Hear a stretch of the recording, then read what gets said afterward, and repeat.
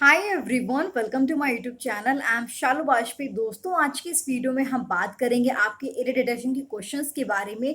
तो जैसा कि आप सभी जानते हैं कि हमने आपके यूट्यूब पर एक इंग्लिश की सीरीज को शुरू करा है, जिसमें कि हम आपके इंग्लिश की जितने भी आपके टॉपिक्स हैं उनको यहाँ पर कवर करने की कोशिश करेंगे। चाहे वो आपका ग्रामर पार्ट है, एंटोनियम सिनोनियम से वन वर्ड सब्स्टिट्यूशन, इन सारी चीज़ों को हम इस सीरीज में कवर करने की कोशिश करेंगे दोस्तों। ठीक है, तो आज की इस वीडियो में हम एरर की बात करेंगे।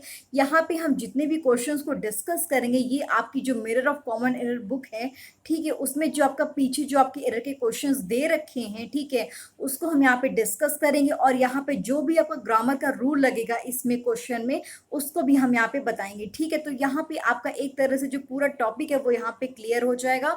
ठीक है, तो यहाँ पे आज का जो हमारा पहला सवाल है वो यहाँ पे देखिए, he is well known for both his kindness as well as his understanding no error. ठीक है, तो यहाँ पर दोस्तों देखिए कि इसके किस पार्ट में एरर है। यहाँ पे जो इसका सी पार्ट है, ठीक है, एज वेल एज, ठीक है, एज वेल एज की जगह पे आपका एंड का यूज होगा, क्योंकि यहाँ पर देख सकते हैं कि बोथ लिखा हुआ है। ठीक है, बोथ लिखा हुआ, तो बोथ के साथ हमेशा क्या आता है, कंजक्शन में आपके एंड आता है।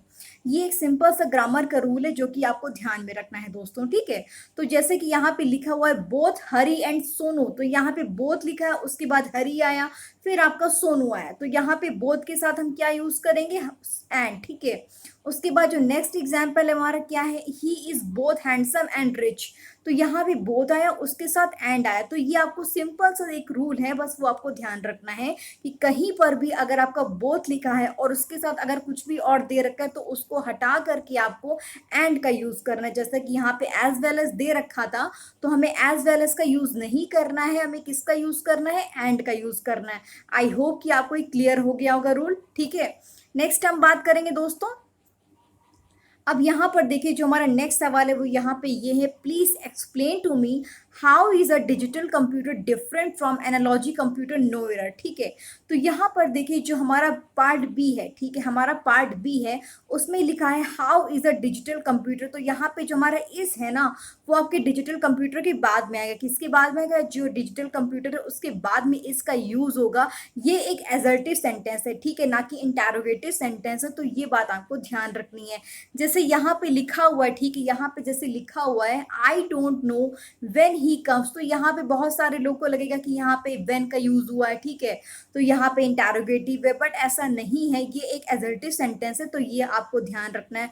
आपका इंटैरोगेटिव कब हो जाएगा, यहाँ पे देखिए लिखा हुआ है व्हेन डज ही कम्स। ठीक है, व्हेन डज ही कम्स, यहाँ पे लास्ट में आपका क्वेश्चन मार्क भी लगा हुआ है, आप देख सकते हैं यहाँ पे क्वेश्चन मार्क भी लगा हुआ है, तो ये आपका इंटैरोगेटिव में जाएगा। ठीक है, उसके बाद देखिए नेक्स्ट हमारा I know how he plays. ठीक है, तो ये आपका किस में आएगा दोस्तों, ये आपका एजर्टिव है, यहाँ पे इसको आप थोड़ा सा करेक्ट कर लीजिएगा, ये आपका इंटैरोगेटिव है। ठीक है, अब नीचे क्या लिखा हुआ है, हाउ डज ही प्ले। ठीक है, तो यहाँ पे देखिए इसको आपको ध्यान रखना है कि इसमें आपका ये वाला जो लास्ट वाला पार्ट है ये आपका इंटैरोगेटिव है दोस्तों। ठीक है, आई होप कि आपको क्लियर होगा। जहाँ पे आपको क्वेश्चन मार्क लगा होगा, ठीक है, हाउ डज ही प्ले, इस तरह से आएगा, तो आपको ध्यान रखना कि ये आपका इंटैरोगेटिव है। ठीक है, नेक्स्ट हम बात करेंगे।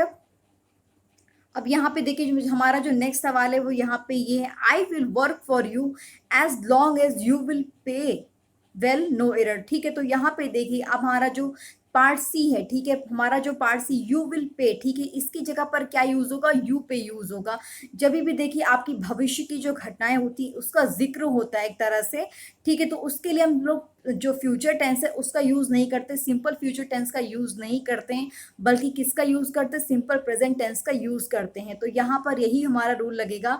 ठीक है, कभी भी आपका जो भी सेंटेंस होगा अगर वो अटैच होगा किसके साथ, आपके when, if, unless, until, as soon as, ठीक है, as long as, in case, before, after, इन सभी के साथ आपका सिंपल प्रेजेंट टेंस का यूज होगा।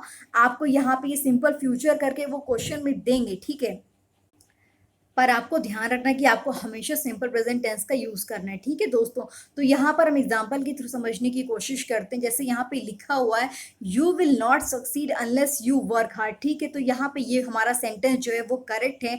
आपको एग्जामिनर जो होगा वो एग्जाम में इस तरह से क्वेश्चन देगा, unless you will work hard, इस तरह से वो करके देंगे, आपको फ्यूचर में सेंटेंस बना के देंगे, लेकिन आपको किस में लिखना है, आपको सिंपल प्रेजेंट टेंस में लिखना है दोस्तों। ठीक है, यहाँ पर हम एक एग्जाम्पल और देख लेते हैं जिससे कि आपको और क्लैरिटी हो जाएगी। जैसे यहाँ पर लिखा हुआ है, as soon as I will reach Patna I will send you the books you have asked for, no error. ठीक है, तो यहाँ पर जो हमारा पार्ट ए है, ठीक है, यहाँ पर जो पार्ट ए है उसमें आपके विल का यूज नहीं होगा। ठीक है, तो यहाँ पर ये आपका कंडीशनल सेंटेंस है, तो ये आपका सिंपल फ्यूचर टेंस का यूज नहीं होगा, बल्कि किसका यूज होगा, आपके सिंपल प्रेजेंट टेंस का यूज होगा। तो ये आपको ध्यान रखना है। उसके बाद देखिए आपका एक बहुत ही इंपॉर्टेंट रूल है जो कि आपको ध्यान रखना है, अनलेस का और अंटिल का। ठीक है, यहाँ पर देखिए अनलेस और अंटिल का एक रूल होता है। अंटिल का मतलब क्या होता है, जब तक कि नहीं, ये आपके समय को बताता है। और अनलेस का मतलब क्या होता है, यदि नहीं। ठीक है, इफ नॉट यानी कि आपकी शर्त को बताता है। तो यहाँ पर देखिए आपके लिखा हुआ है, wait until I come back. ठीक है, तो यहाँ पे देखिए देखिए इसका यहाँ पे मतलब ये हुआ कि प्रतीक्षा करो जब तक मैं वापस नहीं लौटता हूँ। ठीक है, तो यहाँ पर आपके क्या बता रहे हैं, समय को बता रहे हैं। तो समय के लिए हम लोग किसका यूज करेंगे, अंटिल का यूज करेंगे। ठीक है, और जो हमारा नेक्स्ट एग्जाम्पल है, you will not succeed unless you work hard. ठीक है, तो यहाँ पर इसका मतलब ये कि तुम सफल नहीं हो पाओगे जब तक तुम कड़ी मेहनत नहीं करोगे।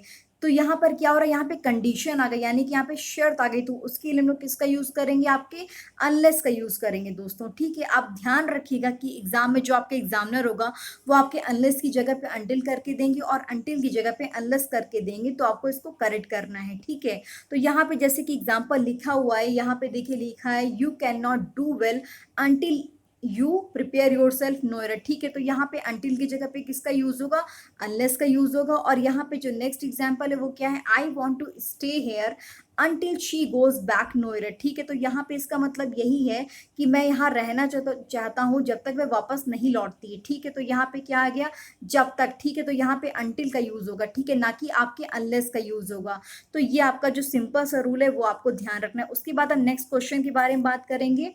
यहाँ पे देखिए लिखा है, of the two principle he put forward the last one was the more difficult to understand, no error. ठीक है, तो यहाँ पर देखिए जो भी चीजें होती, चाहे वो व्यक्ति की बात हो रही हो चाहे वो चीजों की बात हो रही हो, अगर किसी क्रम में जब बताना होता है तो उसके लिए दोस्तों देखिए, दो चीजों की जब बात होगी तो उसके लिए हम लेटर का यूज करते हैं। ठीक है, यहाँ पे जो आपका पार्ट बी है, ठीक है, यहाँ पे आपका जो पार्ट बी, यहाँ पे आपका लास्ट का यूज नहीं होगा, बल्कि किसका यूज होगा, आपके लेटर का यूज होगा। ठीक है, यहाँ पे हम लोग एग्जाम्पल के थ्रू समझने की कोशिश करते हैं।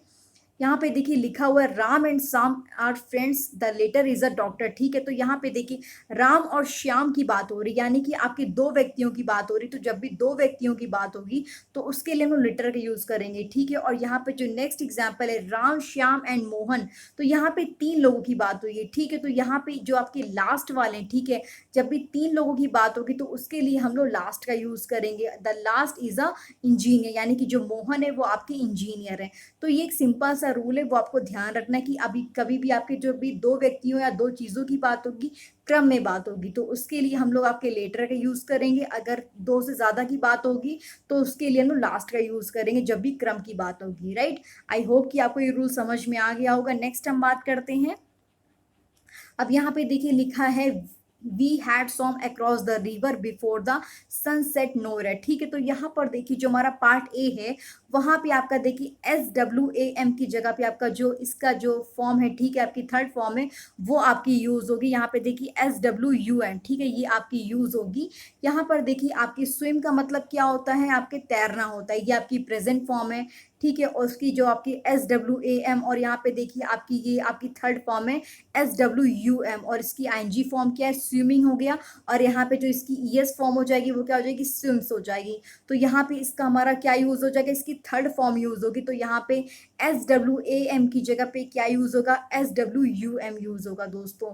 ठीक है, तो यहाँ पे आज हमने आपके 5 क्वेश्चन को डिस्कस करा, और यहाँ पे इसमें जितने भी आपके ग्रामर के रूल लग रहे थे उन सारी बातों को हमने इस वीडियो में डिस्कस करा।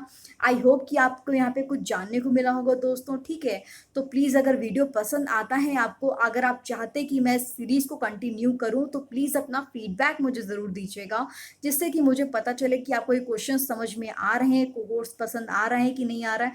तो आपके फीडबैक की बहुत ज़रूरत है। ठीक है, आपका जैसा फीडबैक रहेगा उसके अकॉर्डिंग ही मैं वर्क करूँगी। ठीक है, तो ये बात आपको ध्यान रखनी है। और यहाँ पे देखिए अगर आपको वीडियो पसंद आता है तो प्लीज़ अपने दोस्तों के साथ भी ज़रूर शेयर करिएगा। राइट, और यहाँ पे अभी तक आपने चैनल को सब्सक्राइब नहीं किया तो प्लीज़ गाइस ज़रूर सब्सक्राइब कर लीजिएगा। काफ़ी मेहनत लग रही है और मैं आपके मतलब कि कोशिश कर रही हूँ कि मैं आपके लिए ज़्यादा से ज़्यादा कंटेंट यहाँ पे प्रोवाइड करने की कोशिश करूँ, ठीक है? तो बने रहिए चैनल के साथ। Thank you so much, keep learning.